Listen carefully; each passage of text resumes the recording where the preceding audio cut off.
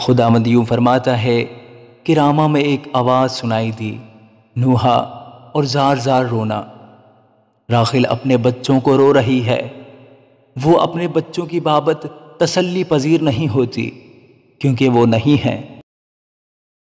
خداوند کے زندہ اور پاک کلام میں سے یرمیہ کی کتاب اس کا 31واں باب۔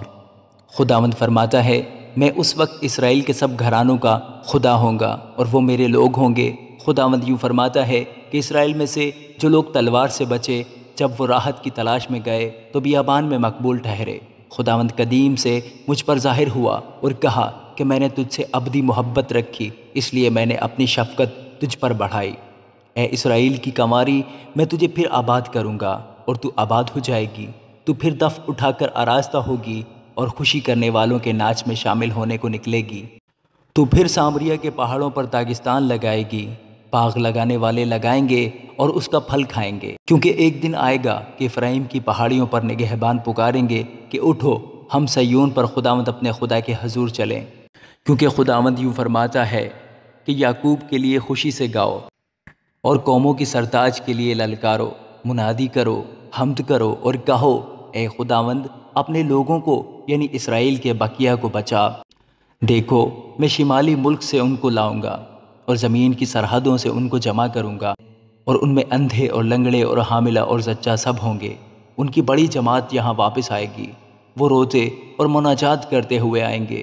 میں ان کی راہبری کروں گا، میں ان کو پانی کی ندیوں کی طرف راہ راست پر چلاؤں گا، جس میں وہ ٹھوکر نہ کھائیں گے، کیونکہ میں اسرائیل کا باپ ہوں اور افرایم میرا پہلوٹا ہے۔ اے قومو، خداوند کا کلام سنو اور دور کے جزیروں میں منادی کرو اور کہو کہ جس نے اسرائیل کو تتر بتر کیا وہی اسے جمع کرے گا اور اس کی ایسی نگہبانی کرے گا جیسی گڈریا اپنے گلہ کی، کیونکہ خداوند نے یعقوب کا فدیہ دیا ہے اور اسے اس کے ہاتھ سے جو اس سے زور آور تھا رہائی بخشی ہے۔ پس وہ آئیں گے اور سیون کی چوٹی پر گائیں گے اور خداوند کی نعمتوں یعنی اناج اور مے اور تیل اور گائے بیل کے اور بھیڑ بکری کے بچوں کی طرف اکٹھے رواں ہوں گے، اور ان کی جان سیراب باغ کی مانند ہوگی اور وہ پھر کبھی غم زدہ نہ ہوں گے۔ اس وقت کنواریاں اور پیر و جوان خوشی سے رقص کریں گے، کیونکہ میں ان کے غم کو خوشی سے بدل دوں گا اور ان کو تسلی دے کر غم کے بعد شادمان کروں گا، اور میں کاہنوں کی جان کو چکنائی سے سیر کروں گا اور میرے لوگ میری نعمتوں سے آسودہ ہوں گے۔ خداوند فرماتا ہے۔ خداوند یوں فرماتا ہے کہ راما میں ایک آواز سنائی دی، نوحا اور زار زار رونا۔ راخل اپنے بچوں کو رو رہی ہے، وہ اپنے بچوں کی بابت تسلی پذیر نہیں ہوتی کیونکہ وہ نہیں ہیں۔ خداوند یوں فرماتا ہے کہ اپنی زاری کی آواز کو روک اور اپنی آنکھوں کو آنسوؤں سے باز رکھ، کیونکہ تیری محنت کے لیے اجر ہے۔ خداوند فرماتا ہے، اور وہ دشمن کے ملک سے واپس آئیں گے، اور خداوند فرماتا ہے تیری عاقبت کی بابت امید ہے، کیونکہ تیرے بچے پھر اپنی حدود میں داخل ہوں گے۔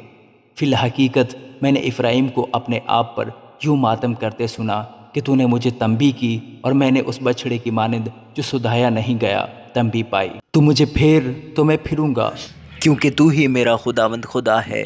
کیونکہ پھرنے کے بعد میں نے توبہ کی اور تربیت پانے کے بعد میں نے اپنی ران پر ہاتھ مارا۔ میں شرمندہ اور پریشان خاطر ہوا، اس لیے کہ میں نے اپنی جوانی کی ملامت اٹھائی تھی۔ کیا افرایم میرا پیارا بیٹا ہے؟ کیا وہ پسندیدہ فرزند ہے؟ کیونکہ جب جب میں اس کے خلاف کچھ کہتا ہوں تو اسے جی جان سے یاد کرتا ہوں، اس لیے میرا دل اس کے لیے بےتاب ہے۔ میں یقیناً اس پر رحمت کروں گا۔ خداوند فرماتا ہے، اس لیے ستون کھڑے کر، اپنے لیے کھمبے بنا، اس شاہراہ پر دل لگا، ہاں اسی راہ سے جس سے تو گئی تھی واپس آ۔ اے اسرائیل کی کنواری، اپنے ان شہروں میں واپس آ۔ اے برگشتہ بیٹی، تو کب تک آوارہ پھرے گی؟ کیونکہ خداوند نے زمین پر ایک نئی چیز پیدا کی ہے کہ عورت مرد کی حمایت کرے۔ رب الافواج اسرائیل کا خدا یوں فرماتا ہے کہ جب میں ان کے اسیروں کو واپس لاؤں گا تو وہ یہودا کے ملک اور اس کے شہروں میں پھر یوں کہیں گے، اے صداقت کے مسکن، اے کوہ مقدس، خداوند تجھے برکت بخشے۔ اور یہودا اور اس کے سب شہر اس میں اکٹھے سکونت کریں گے، کسان اور وہ جو گلے لیے پھرتے ہیں، کیونکہ میں نے تھکی جان کو آسودہ اور ہر غمگین روح کو سیر کیا ہے۔ اب میں نے بیدار ہو کر نگاہ کی اور میری نیند میرے لیے میٹھی تھی۔ دیکھو وہ دن آتے ہیں، خداوند فرماتا ہے، جب میں اسرائیل کے گھر میں اور یہودا کے گھر میں انسان کا بیج اور حیوان کا بیج بوؤں گا۔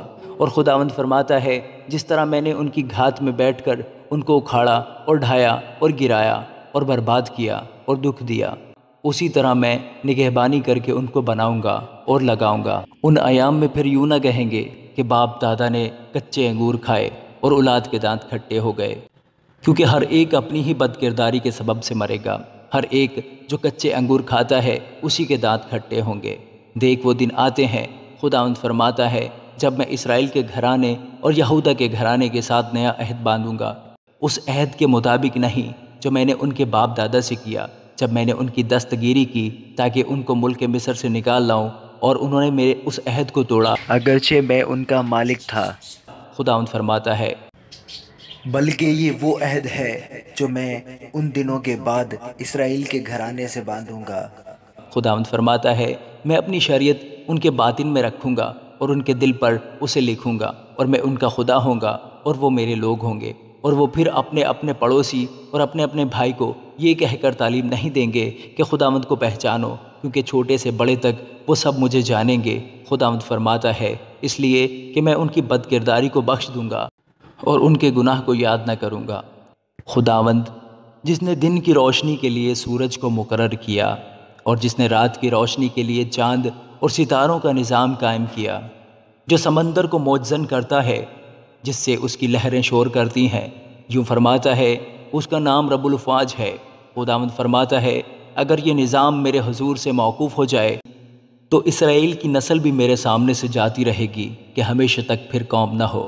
خداوند یوں فرماتا ہے کہ اگر کوئی اوپر آسمان کو ناپ سکے اور نیچے زمین کی بنیاد کا پتہ لگا لے تو میں بھی بنی اسرائیل کو ان کے سب اعمال کے سبب سے رد کر دوں گا۔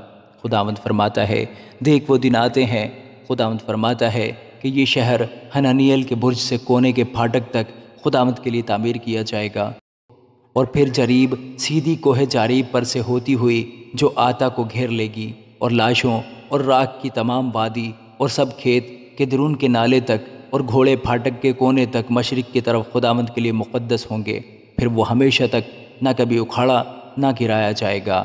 آمین۔